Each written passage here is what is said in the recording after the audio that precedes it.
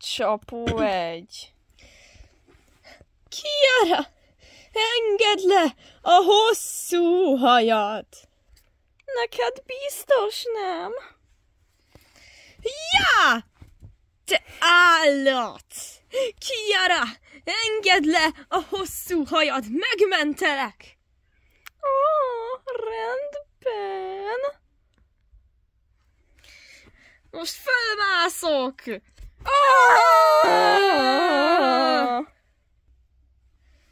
A hosszú hajú hercegnő. 3. rész. Kell a pénz. Kion, mi olyan csórók vagyunk. Igaz, nem tudom, mire kell a pénz, mert nem ettünk 2 epizód óta. Ja, tényleg. Bár itt lenne velünk a disznó. Azt el tudnánk adni, szerezzük vissza. Rendben. És aztán fosszuk ki azt a várat. De egyáltalán hol lehet a disznó? Jihá! Hé, az ott a mi disznónk!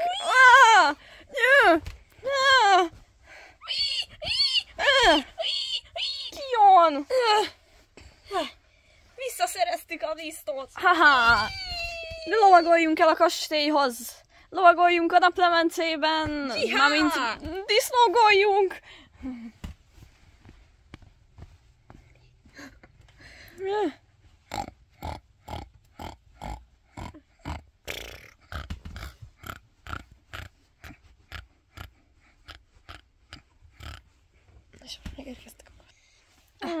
Megérkeztünk a csodálatos kastélyhoz.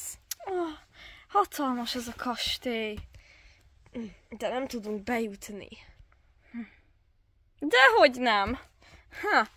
Ja! Ez az! Betört az ajtó, mehetünk! Csodás ez a kastély, van itt kanapé és minden, gyere, ülj le te is. Szerintem nézzük meg, hogy van-e bármi kincs benne. Akkor nem is kell majd dolgoznunk se. Rendben.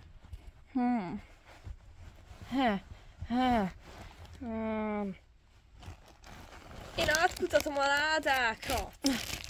Ez mi mégis? Egy csomagor! Egy csomagor, hogy kifújjuk a zsebkendőnket. Ezt magammal viszem, már rakom a disznóra. Oké. Átkutatunk pár ládát. Aztán nem tudom, hogy mi lesz.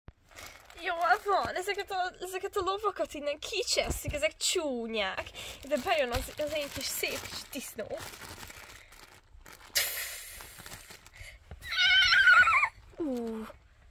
Ki gondolta volna kalap? Azt, amilyen gyönyörű kalap. Gyönyörű vagyok. Gyere már! Kiara, nézd, mit találtam! Azt egy láda kincs! De mondjuk ez az egyetlen egy kincs ennek a várnak. Ebből gazdagok leszünk, ha eladjuk ezeket. Igen, de úgy miért van rajtad kalap? Nem tudom, random találtam. Jó. Rakjuk fel a disznóra. Rendben.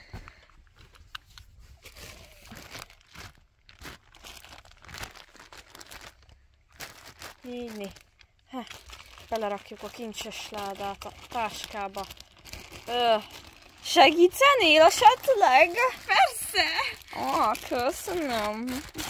Én vagyok a leglovagiasabb lovag. Hát persze.